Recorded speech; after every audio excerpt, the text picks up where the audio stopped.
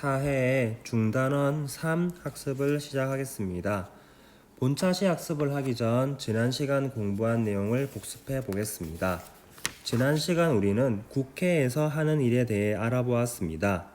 국회는 국민의 대표인 국회의원이 나라의 중요한 일을 의논하고 결정하는 곳입니다. 그럼 국회에서 하는 일은 무엇이냐면 첫째, 법을 만들고 고치는 일을 합니다. 둘째, 나라 살림에 필요한 예산을 심의하거나 확정하는 일을 합니다.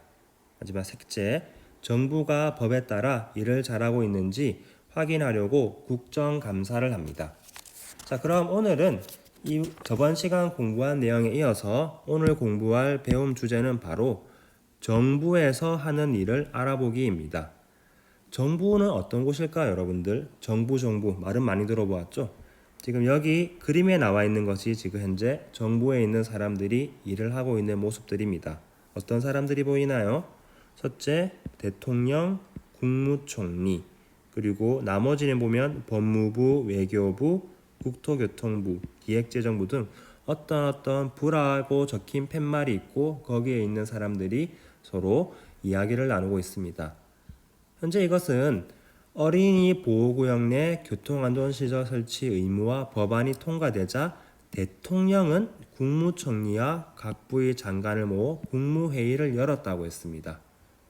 국무회의가 무엇이냐면 정부의 주요 정책을 심의, 의논한다는 거죠. 심의하는 기관으로 대통령과 국무총리, 국무위원으로 구성되어 있다고 했죠. 즉 나라의 중요한 일을 서로가 대통령과 각 부의 높은 분들이 모여서 회의하는 겁니다. 자, 그럼 조금 더 구체적으로 정부에서 하는 일을 함께 알아보겠습니다. 지금부터는 중요한 내용이니까 같이 밑줄을 그으면서 살펴보겠습니다. 그럼 정부는 어떤 일을 하면 법에 따라 나라의 살림을 맡아서 하는 곳입니다. 국회는 어떤 일을 한다고 했죠? 국회는 가장 중요하게 법을 만들거나 고치는 일을 한다고 했죠. 그럼 정부는 그 법에 따라서 나라의 살림살이를 하는 곳입니다. 집에서 예를 들어 살림을 하시는 어머님에 계시면 어머님, 할머니면 할머님, 아버지면 아버지처럼 나라의 살림을 맡아서 하는 곳이 바로 정부라는 겁니다. 그럼 이러한 정부 조직에는 가장 여러분이 알고 중요한 대통령을 중심으로 국무총리와 여러 개의 부처청 그리고 위원회가 있습니다. 이 대통령은 여러분 현재는 문재인 대통령이죠. 외국에 대해 우리나라를 대표하며 정부의 최고 책임자로 나라의 중요한 일을 결정합니다. 그리고 국무총리는 대통령을 도와 각 부를 관리합니다. 그리고 대통령에게 특별한 일이 있어서 참석 못한 일이 생기면 대통령의 임무를 대신하게 되는 거죠. 그리고 각 부에서는 장관과 차관 그리고 많은 공무원들이 국민의 안전과 행복을 위해 여러 가지 일을 하고 있습니다. 쉽게 설명하면 나라의 살림을 잘 살기 위해서 대통령이 여러 가지 중요한 일을 결정하는데 나라 일이 너무 많죠.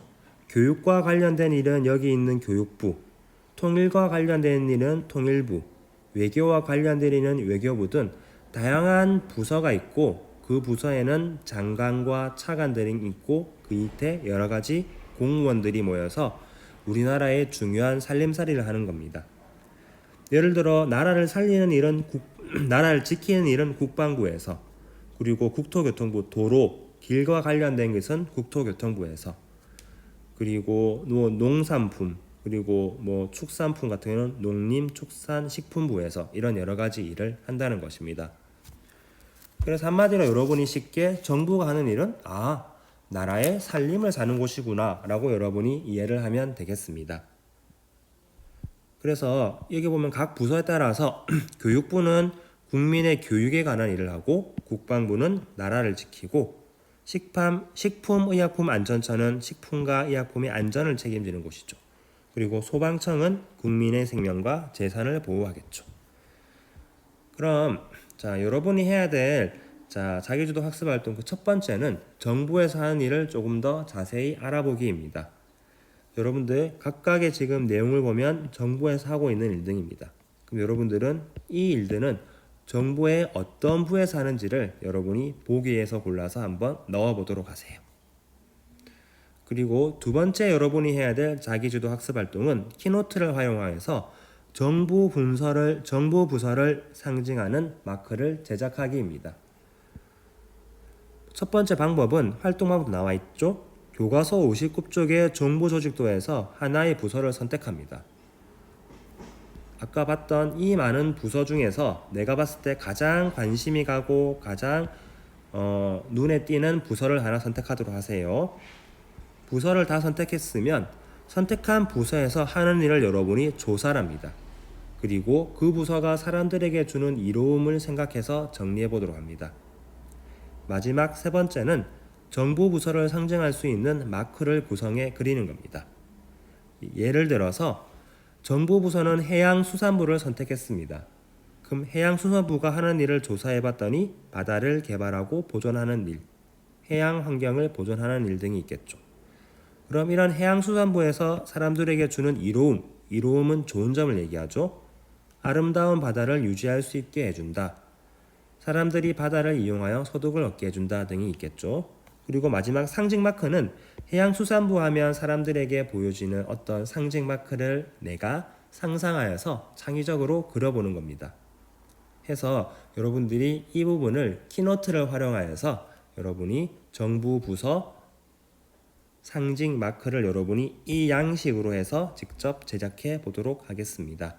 키노트에 그리기 기능이 있기 때문에 여러분들이 이번에는 있는 마크만을 사용하지 말고 그리기 기능을 활용하여서 한번 정부 부서 상징 마크를 제작해 보겠습니다. 자, 그럼 지금부터 자기주도 학습 활동 시작하겠습니다. 뿅.